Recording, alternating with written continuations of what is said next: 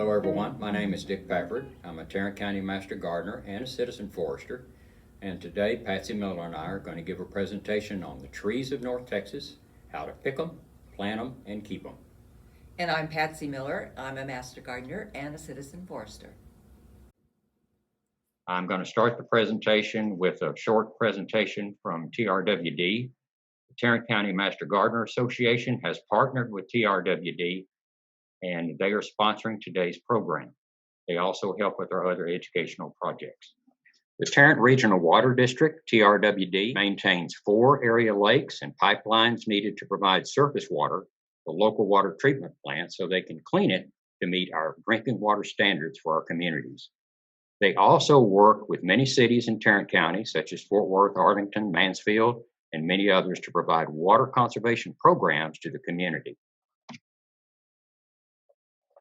Conservation is an important water supply strategy to help meet the needs of a growing population. There are currently 2.3 million people in Tarrant County. This is expected to double over the next 50 years. That's why TRWD supports many programs that help save water through outdoor watering and garden education. At SaveTarrantWater.com website, you can sign up for free weekly watering advice custom to your location. All you have to do is enter your zip code, and they will send you weekly watering advice for your area. If you are a resident of Tarrant County, you can sign up for a free sprinkler system checkup, where a licensed irrigator comes to your home and provides a comprehensive evaluation of your system with recommendations to reduce watery waste. There's also an event calendar where you can find information about future classes and workshops, such as this one. So be sure and check out SaveTarrantWater.com and sign up for their free services. Okay, now I'm going to turn the program over to Patsy. As we noted earlier, that the title for our program is Trees for North Texas, How to Pick Them, Plant Them, and Keep Them. Before we start giving some specifics, it's always good to have reasons why it's important to plant trees and why they contribute so much to our lives. Maybe number one is they add to our property value. A single healthy tree can add thousands of dollars to the value of an urban lot, depending on the size, location, and age of the tree. Deciduous trees that drop their leaves in winter can cut both heating and cooling costs by shading the summer sun, but allowing the winter sun to warm our house. Trees add beauty and aesthetics to a landscape, whether it's a small flowering tree used as a focal point, or the majestic oak that maybe you built your house around. In urban settings, neighborhood trees have been shown to reduce crime and foster a sense of community. More people go outside in neighborhoods where there are trees. The children play outside, and people get to meet and talk to their neighbors. And studies have shown that hospital patients who can see a green space from their window recover faster. And trees just make life more pleasant. We feel calmer and more at ease with trees around us. Trees can also be used to screen areas that you want to block either the view or noise. A bank of evergreen trees can hide a neighboring business or cut noise from a nearby roadway. And think of how your yard might benefit from a screened view or less noise. And they can also be a food crop, whether for serious gathering or the occasional nut harvest or jelly making. Gathering pecans or picking wild plums from your own tree has the potential of a fun family activity. So trees give back to us in many ways. So getting started, some things to think about when we pick a tree. And like a realtor, we need to think about location, location, location. And with trees, this means trees for our specific Dallas-Fort Worth area. No matter how fond memories you have of a tree that you grew up with on the East Coast or pine trees that you lovingly looked at in the Carolinas, they're not going to grow here in Texas. So our first consideration is what trees do well right here in Dallas, Fort Worth, right in our own backyard. What soil type, the climate, the summer heat, the gully washer rains, all of these things that a tree will be subjected to. Also think about what's going on in your front yard or your backyard. Do you have power lines crossing the area? Will it be a playground for the kids?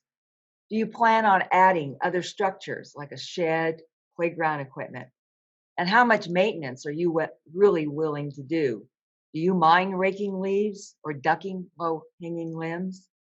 Think about how much the tree will grow and how much shade it will cast and how much lawn you will lose. So how to pick that tree? Trees come in a variety of sizes, from small, like redbuds and wild plums, to our huge trees, like oaks and magnolias. They each need a minimum piece of land to spread their roots and to stay healthy. The small trees are suitable for focal points near the house, but not right up against it. They need a bed at least 8 feet by 8 feet, or it could be 4 feet by 15 feet, as long as it has 60 square feet. Small trees can be 12 to 20 feet tall. Medium-sized trees are most often used in yards and urban lots. They run 20 to 40 feet tall. Since they're bigger, they need more room to grow. So give them an 11 or 12-foot square of ground. That also might be 8 by 15 feet. Again, as long as they have 120 square feet of space to grow in. And then the largest trees need the most space, and give them the whole front yard, or at least 180 square feet. For example, 30 by 6 feet in a parkway. And of course, keep it away from the house.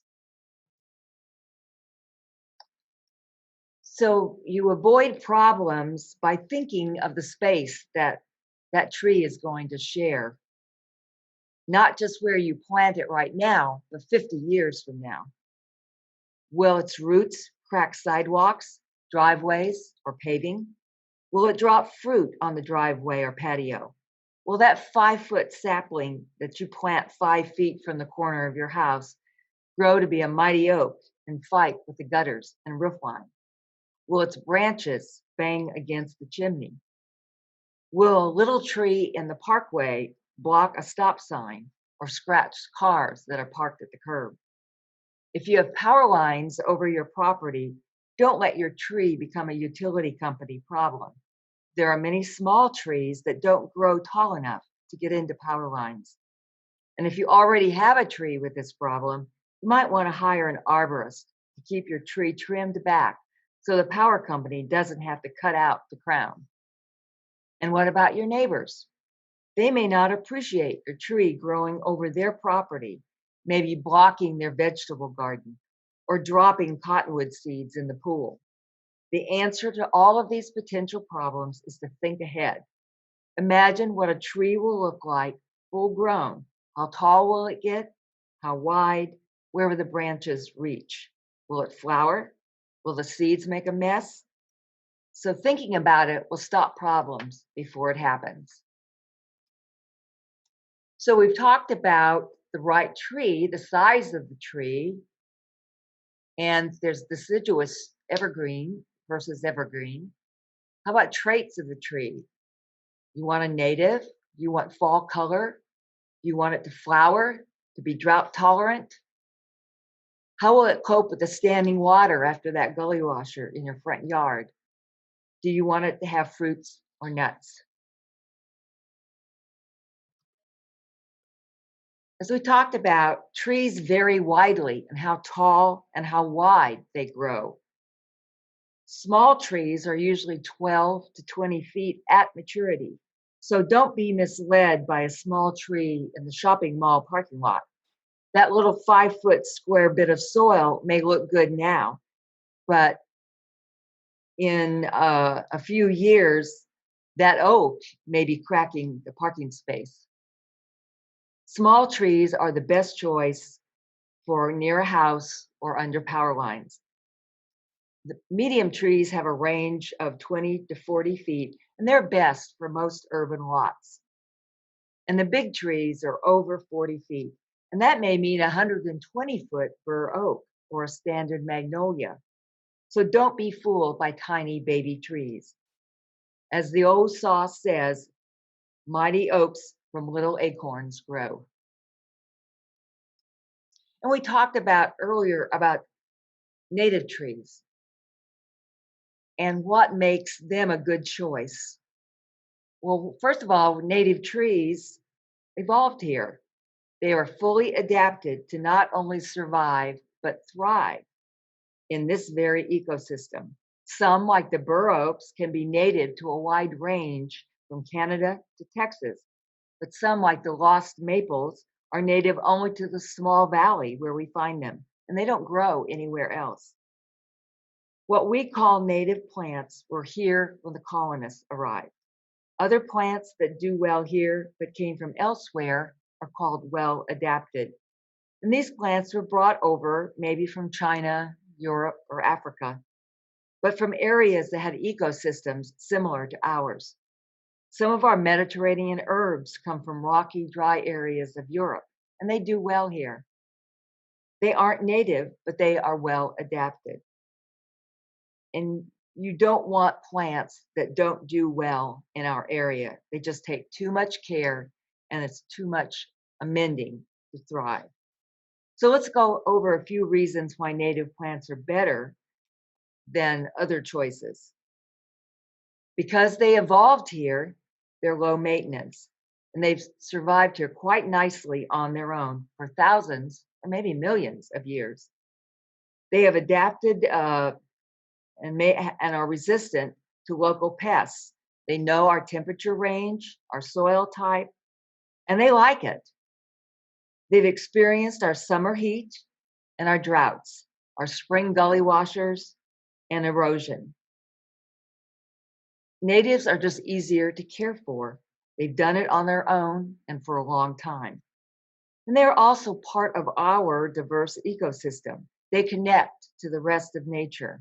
They're food for native insects, they're fruit and housing for our birds here, they're habitat for local mammals. They all belong here and they work together. But on the other hand, if your home landscape has been greatly changed, maybe the native soil on your property has been scraped away during building, or you've amended a lot, added sprinklers, or added soil or sod, a well adapted tree may be more suitable to the new landscape. Another consideration is how big should I buy? That's more a question about you than the tree. How fast do you want results? How much time, patience, and money do you have? Whether you get a small, bare rooted sapling, a gallon pot, a 5-gallon pot, or even a large bald and burlap tree, there will not be a great difference in size after several years. The smaller trees, starting younger, grow their roots out into the soil quicker. So they grow faster at the start. A potted tree will start slower as it develops a wider reach for its roots. And the larger bald trees have lost much of their root ball and will need to spend time and energy growing those back before it can start growing above ground again. But the result is that after 10 or 20 years, which is not long for a tree, all will look about the same size. So the real question is, how fast a result do you want? The big tree will give instant results in the landscape, but they're more expensive and harder to plant. The smaller tree takes time and patience, but less money and a smaller hole to dig. Another thought, should it be a container, bare root, bald, or burlap? Container tree grown trees have all of their roots intact, so they'll reestablish more quickly when planted. We can now buy very large trees that have been grown or at least finished in containers, and these can be planted at any time of the year. Remember that the soil mixes that growers use in these pots are chosen partially for their light weight so they can reduce shipping costs. This means that the trees can dry out more quickly, so hand watering will be required for the first year or two. Bald and burlap trees have been dug from the nursery, from nature, or from one spot in the landscape to another and moved to some other location. There is some root loss associated with the digging, so these trees typically do not start growing actively for the first 1 to 3 years. The actual digging is done during the winter dormant season, but the trees are often held in the nursery for several months. These cured trees will have started to produce new roots by the time you buy them. And then bare rooted trees suffer the most root loss during digging, so they have the highest mortality rate. Only young saplings are typically transplanted this way, most commonly fruit and pecan trees. Planting these is a process for midwinter only. So you're going to the nursery to buy that tree. What are some things to look for? One is a strong single leader trunk. And of course, this is true for those trees that do have a single leader. You have some trees like crepe myrtles and others that may be multi-trunked, but the same rule goes for either. You don't want a tree that has a broken or split trunk. This will cause major problems as it grows. And you want a nice form or overall shape.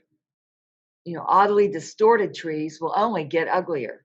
No trunk damage or wounds. Healthy trees should have healthy leaves, green, lush, crisp. Leaves that are yellowing, drooping, damaged, frayed, or small or odd shape are all signs of poor health. Trunk flare, that's the slight widening at the ground level where the trunk turns to roots. If the flare is too high, the tree is pushed out of the pot. Or if it's not there at all, the tree may be planted too deep for good health. Soil in the pot should be clear of weeds. If it has weeds, that's an indication that the tree has been in the pot too long and it has not sold. The pot should be appropriate for the tree size, so it's not root bound or over potted. You also want to look carefully at the roots. A good nursery understands root health and doesn't mind if you carefully pull the pot from the plant from the pot to examine the roots. You want a fine webbing of white roots on the surface of the root ball. Brown or black roots means the plant has been overwatered, maybe dying. Too much root, especially circling the pot or filling it, means the tree has been in the pot too long. You would have to cut the circling roots free and shock the plant to get them unwound. So it's best to avoid them in the first place. After all of that, you may want to just grow it yourself from seed. That's another way to get a tree. It's a great project from young kids, or if you want to have many trees for very little money. You can collect seeds from the trees you admire, and you'll know what the mature tree will look like. So plant them in large pots or directly in the ground where you want the final tree to grow. Protect them from squirrels and other animals with hardware cloth or a wire cage. It may take a year or two to see them actual growth, but it gives great joy to watch it get bigger and stronger. And in 10 years, you won't be able to tell it from the big store-bought one. Now what you really came for. Dick's going to give you some tree suggestions, give you started.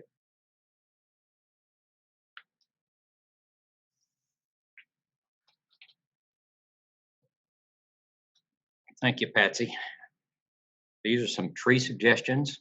They're not We're not going to talk about every possible tree that you can use.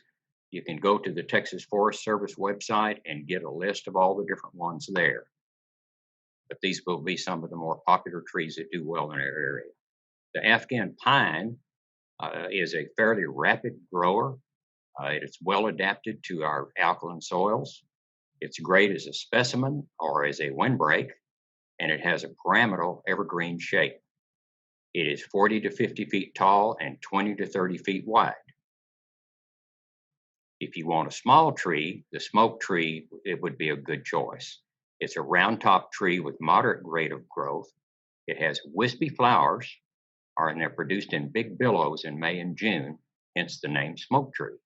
It's deciduous, it's 12 to 15 feet tall and 8 to 10 feet wide. Bald cypress is a large upright tree that thrives in wet conditions. So if you tend to have areas in your yard where there's a lot of moisture, that might be a good place to put this tree. The foliage turns bright orange or red in the fall. It's a deciduous tree and it's native to Texas. It gets 60 to 70 feet tall and 30 to 4 feet wide. It can develop what are called knees. And there are some newer hybrid varieties that are available that may not develop those knees.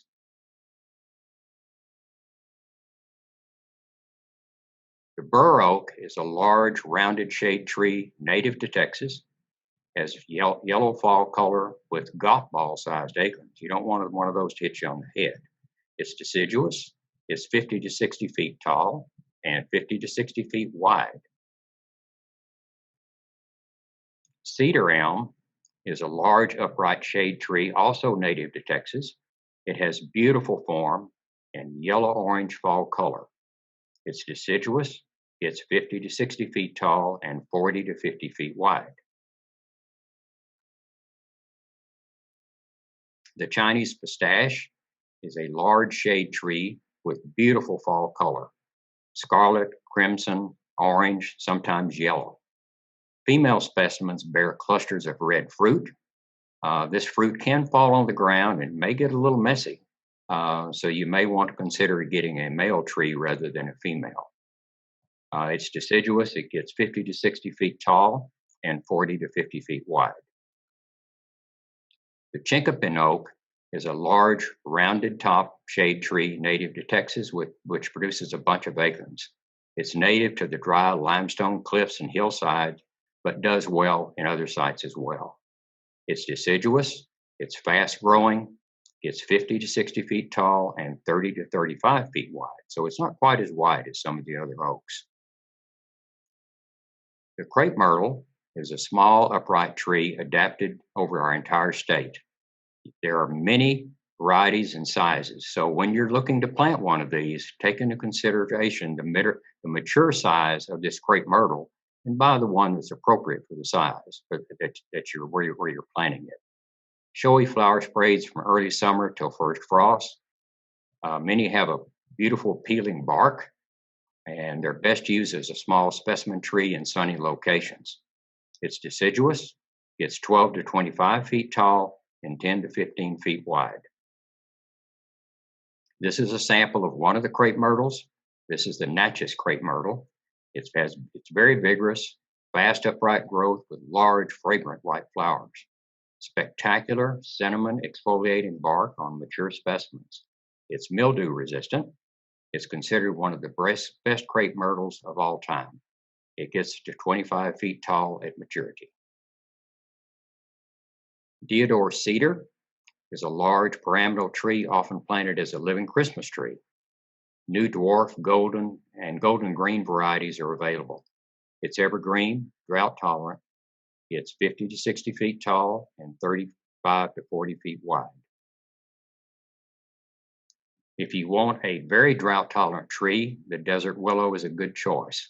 It's a small, fast growing tree with open, airy form, has trumpet shaped flowers, as you can see in the picture. And these are born through fall. The flowers can be pink, white, rose, or purple. It's deciduous, 20 to 25 feet tall and 10 to 15 feet wide. The catalpa is a cross between the desert willow and the catalpa tree. It's a deciduous tree, summer bloomer, showier than the desert willow, and pink, lavender, and white flowers. The dogwood is a small, rounded ornamental tree noted for its profusion of pure white flowers in spring. Leaves have red fall color. This is native to East Texas and does better in the more acidic soils. This tree is deciduous. It gets 20 to 25 feet tall and 15 to 20 feet wide. There is a native dogwood native to this area called the roughleaf dogwood. And this tree does very well in the area. It develops white clusters of flowers and also produces berries that the birds really love in the fall. It also gets about 20 to 25 feet tall. Evergreen sumac, a small specimen tree used mainly for its spring flowers and fall color, drought tolerant, evergreen, to only 10 to 15 feet tall and 10 to 15 feet wide. Eve's necklace, a medium-sized single trunk specimen tree, blooms with pinkish wisteria-like flowers in full sun. The fruit are 3 to 7 inch necklaces of black beads, as you can see in the picture right here. The fruit are 3 to 7 inch necklaces of black beads. It's a deciduous tree. It's 10 to 15 feet tall and 10 to 15 feet wide, and it does okay in part shade. The ginkgo biloba is a beautiful shade tree, very slow growing, grows at 1 foot a year, drops all its leaves at one time, gets 50 to 60 feet tall and 30 to 40 feet wide. You may want to consider getting a male ginkgo and be sure it's a male, because the flowers that are produced and then dropped of the female tree are not, you may not enjoy that aroma. They get 50 to 60 feet tall and 30, 40 feet wide. The golden rain tree is a rounded ornamental specimen tree. It blooms in summer with large masses of brilliant yellow flowers followed by pink seed pods, and they resemble Chinese lanterns. It's deciduous, gets 25 to 30 feet tall and 25 to 30 feet wide. If you visit the Fort Worth Botanic Garden, they have a beautiful example of this tree right outside one of their main entrances. They also have one at the Dallas Arboretum that you can see. The Japanese black pine is a large irregular tree that develops a bonsai form with age, excellent in planters as a specimen. It's evergreen, 25 to 30 feet tall and 25 to 30 feet wide. The Japanese ligustrum, a small rounded tree, moderate to rapid growth, generally grown as a large shrub. It requires pruning. The flowers do have a wonderful aroma. The white flowers in spring and has black clusters of berries in the fall. It's evergreen, 20 to 25 feet tall and 15 to 20 feet wide. Japanese maple, round-headed tree with deeply lobed leaves. The leaves are in the shape of your palm of your hand. It has a magnificent color of orange to yellow or red in the fall. There are many different cultivars, and they all come in all different sizes. It's excellent in small gardens, large containers, and bonsai. They are deciduous. They can get 3 to 25 feet tall and 3 to 20 feet wide. The live oak tree, another Texas native tree, has broad, spreading, heavily limbed crown, long-lived, very sturdy, and one of our best shade trees. Don't expect to be able to grow anything under it because it stays evergreen all year round and you won't get any sun under there. It does drop its leaves in the spring. Sometimes we'll get calls at the extension office, well, what's happening to my live oak? So don't be surprised if it drops some of its leaves in the spring. It gets 50 to 60 feet tall and 60 to 70 feet wide. The Mexican buckeye is a small, shrubby, often multi-trunk specimen tree. You can see the wonderful seed pods that it has, And there's 3 seeds in each of those pods, and it does look kind of resemble a buckeye. That's the reason it got its name. Attractive as an understory tree, best when it has a half day of sun. It's deciduous, 10 to 30 feet tall, and 10 to 12 feet wide. The Mexican plum, is a medium-sized single-trunk tree. It heralds the spring with fragrant clouds of white flowers. You can smell it for large areas of your yard. Your neighbors will love the smell. It's planted together with red buds. It makes a striking duo. The plums you can also make jelly out of. It's deciduous. It's 15 to 30 feet tall, 10 to 15 feet wide. Nellie R. Stevens holly, a fast-growing large shrub or small tree, often used as a screening tree. It's drought tolerant as well as poor soil, and it is evergreen, 10 to 15 feet tall and 10 to 15 feet wide. The Osage orange, also called a bodark, because the branches are arching like a bow, and the native Indians used to make bows out of those branches. It's an extremely fast-growing tree with open growth habit, tolerates poor soil, heat, cold, wind, and drought. It's deciduous, 40 to 50 feet tall, and 35 to 40 feet wide. The pecan is the state tree of Texas. It's a large, graceful, shapely tree valued for both its shade and its delicious nuts. Who doesn't like pecans? Deciduous, 60 to 70 feet tall and 50 to 60 feet wide. The pinyon pine is a small horizontal tree, symmetrical in youth and flat-crowned with age. It's native to West Texas. Cones contain edible seeds. It's valued for its use as firewood, and we use it in our chimeneas. It's evergreen. It's 10 to 15 feet tall and 8 to 10 feet wide. The possum haw holly is an upright native Texas shrub or small tree prized for its ornamental fruit that we see in the fall. The birds love the berries on this tree. Leaves turn yellow in the fall. Red berries ripen and persist until the birds have eaten all of them. It's deciduous, 12 to 15 feet tall and 8 to 10 feet wide. The prairie flame leaf sumac, small to medium-sized single trunk tree. White flowers appear in the heat of summer. You get beautiful, fiery-looking fall flame color. It's outstanding for the color in the fall. It's deciduous, 10 to 15 feet tall and 10 to 15 feet wide. The redbud, small rounded ornamental tree with small rosy pink flowers in early spring before the leaves appear. It has several varieties. There's a Texas and Oklahoma, forest pansy, white bud, and there's also a weeping variety. It's deciduous. It's 20 to 25 feet tall and 20 to 25 feet wide. The rusty black-haw viburnum, a small single trunk tree with a broad crown. Exceptionally attractive, showy flowers, fall color, and dark purple drupes of fruit.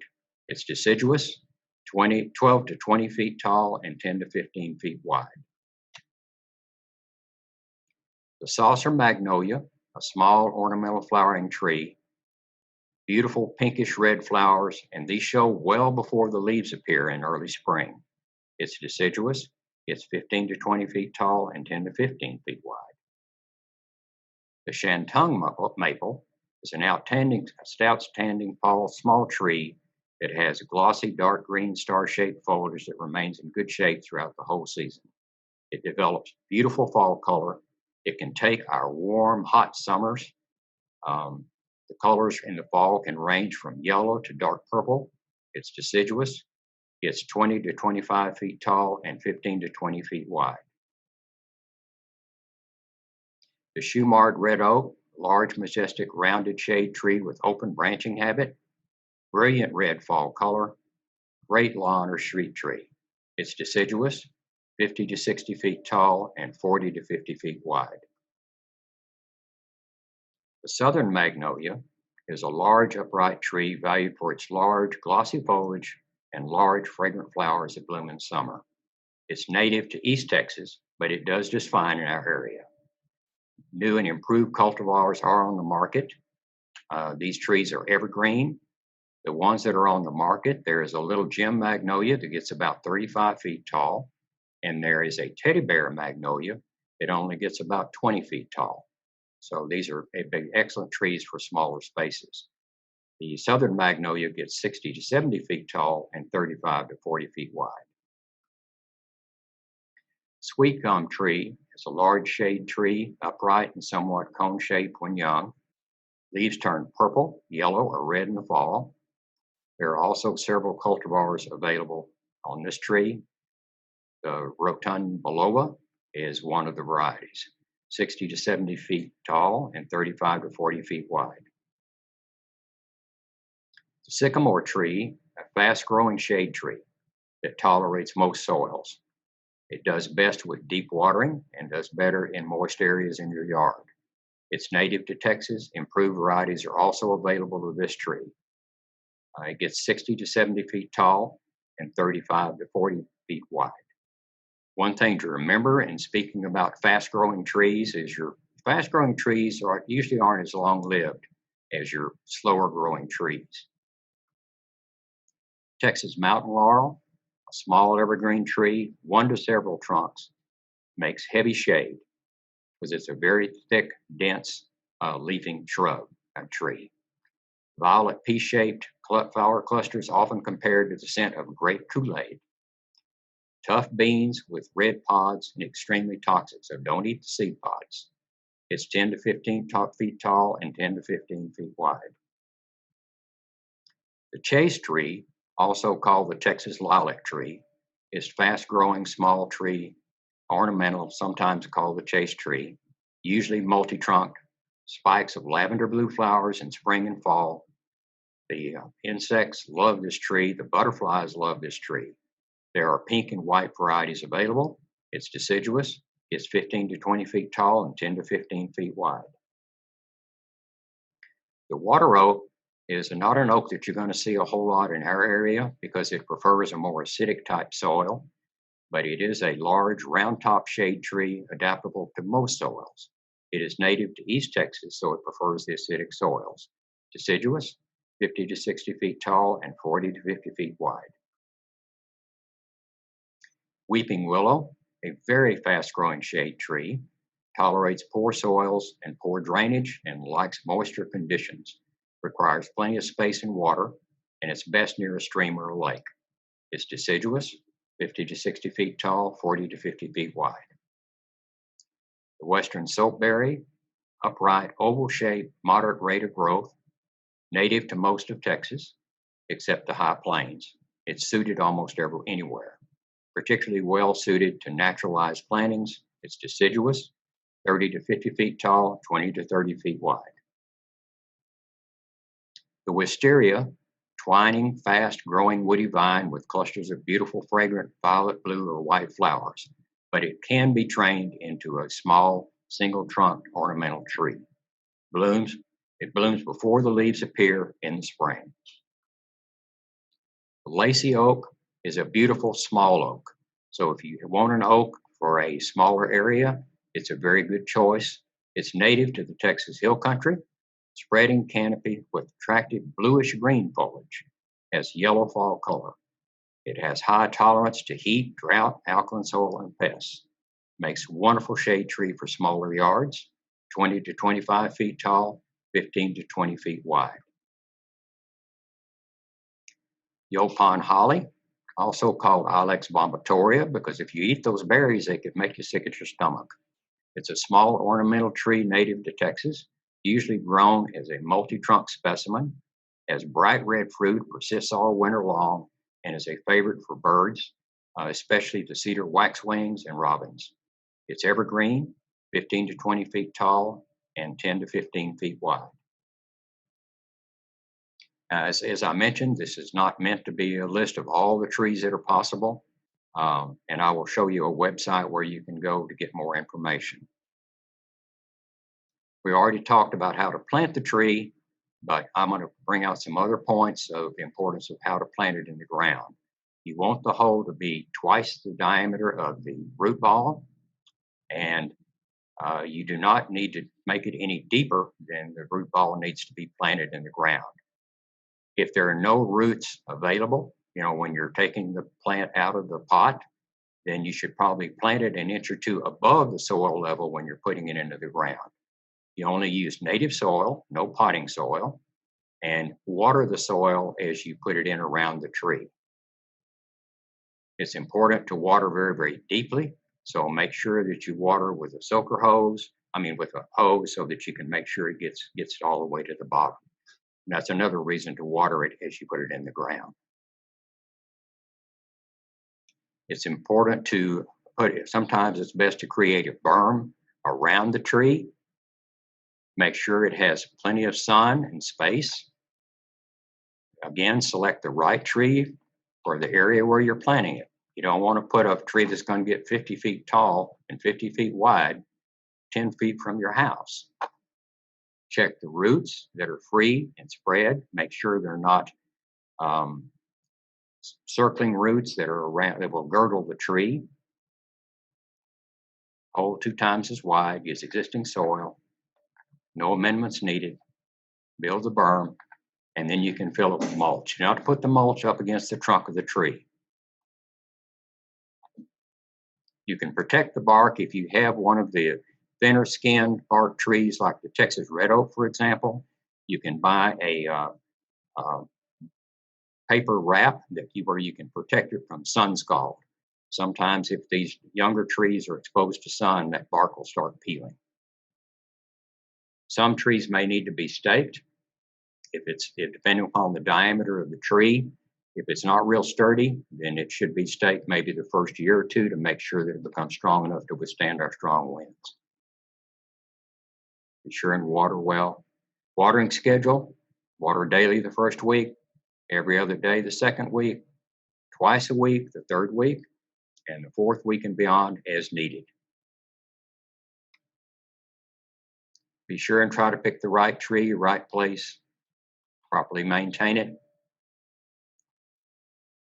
Be sure and allow enough for root growth. Don't plant it under power lines. If you're going to be under power lines, get one of the smaller trees that only gets maybe 20 feet tall. Be nice not to put it over your neighbor's house either.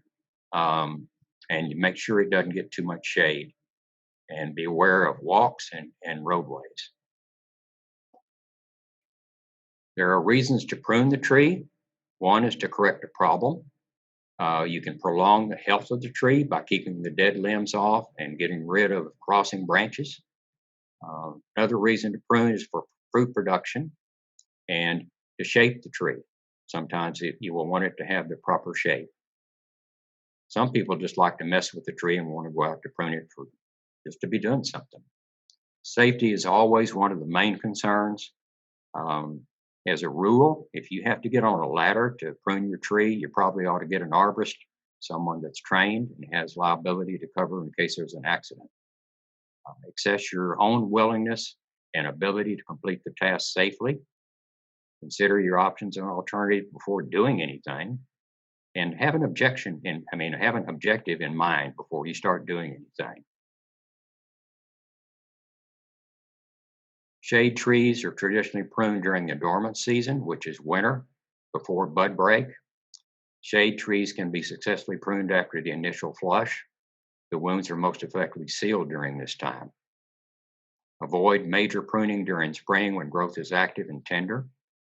The red oak family is treated differently. You should not prune them between February and June to July because of the risk of oak wilt. And we were taught in citizen forestry that if you prune a red oak during the wrong time of the year, you should probably use a sealing paint. It can be a latex paint, but something should be done to seal it. And if you do that sealing, it needs to be done immediately after the cut. If you give it too long, the little beetle that spreads that fungus can get into that sap and infect your tree. Spring flowering trees prune after the flowering season has ceased, and summer flowering trees prune in winter or early spring. You can prune dead, broken, or damaged limbs, competing, crossing, rubbing branches. Limbs that create a hazard, make sure you can walk under them when you're mowing your yard.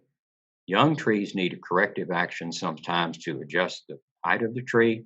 Keep in mind that you always want on any tree, no matter what size it is, you want 2/3 canopy and only 1/3 trunk. So when you're trimming, look back and look at that tree and make sure you're keeping 2/3 of the canopy of that tree. Ideally, try to limit removal of existing foliage to 30% or less, and be real careful when pruning young trees. Large limbs that are pruned cause large wounds, and they can take a lot longer to heal. So make sure you do proper pruning. Do not prune the tree like this tree here. They took off all the foliage in between the very tips of that tree. That's called lion's tailing. And they've probably taken off too much foliage, and that tree will probably not do well.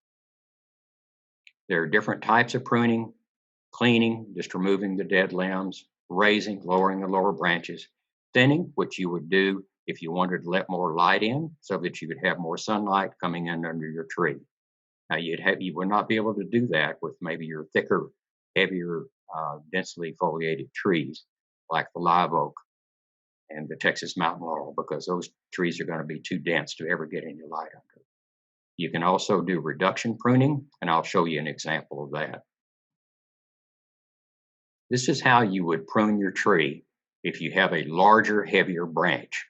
If you have a smaller branch, you can cut all the way back. You can see where I'm pointing here with the arrow. That's the branch collar. You always want to cut outside of that branch collar when you're pruning a branch. If you don't, that wound will not heal.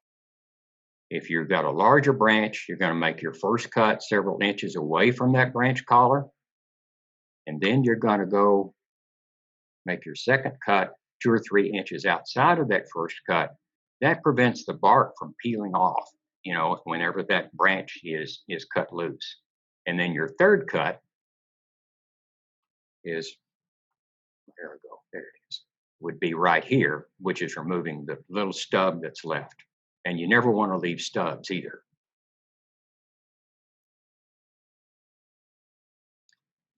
This is demonstrating a crotch pruning. It's also called subordination. What you're doing if you have an extra long branch and you want to shorten that branch is you cut it back just above where that main growth is coming from to a lateral branch. The lateral branch should be at least 1/3 the diameter of the larger branch that you're removing. But this will enable you to control maybe some branches that are kind of out of control on the tree, and you can shape it better that way. You will also want to be careful of trees and branches that have what they call including bark. As you can see, this bark is included in this branching here. The Bradford pear is notoriously bad about this, which is the reason these are not used as much anymore, because that area will decay and the branches will break. If you do have to cut back, you want to make your pruning cut way back in here so that you make sure you get all of that included bark out of there. Water and debris gets into there and it will decay very quickly. If you need help, have questions about pruning, it's a good idea to get an arborist. There are regular arborists and there are ISA arborists. An ISA arborist has to get recertified every year with educational hours. If you want to take a picture of this slide, this has the websites that you can go to find an arborist in your area. The treesaregood.org website will give you a list of arborists once you put in your zip code. The same is true for the ISA arborist website. For best local tree info, here are some websites: texastreeplanting.tamu.edu, and then the Texas Tree Selection Identification, which is foresttexastrees.gov, forestry. And these are some reference books. If you want to learn more about trees, the field guide is a pocket version that you can carry with you. It has wonderful pictures showing the leaves, the bark, and the fruit that all these trees produce. There's also another one, Field Guide to Texas Trees, that is also very good. Uh, don't forget that you can call our helpline and ask us any questions, and we are there to help you with your tree questions. If we are unable to help you, we would make a recommendation for an arborist and give you some good names of certified arborists. We always recommend at least 3 different arborists whenever we recommend them, so that you can get different opinions. The Master Gardener Helpline is 817-884-1944. You can also email us at tarrantmg@ag.tamu.edu. Okay. I hope you've enjoyed the presentation given by Patsy and I today, and we wish you good luck with your tree planting.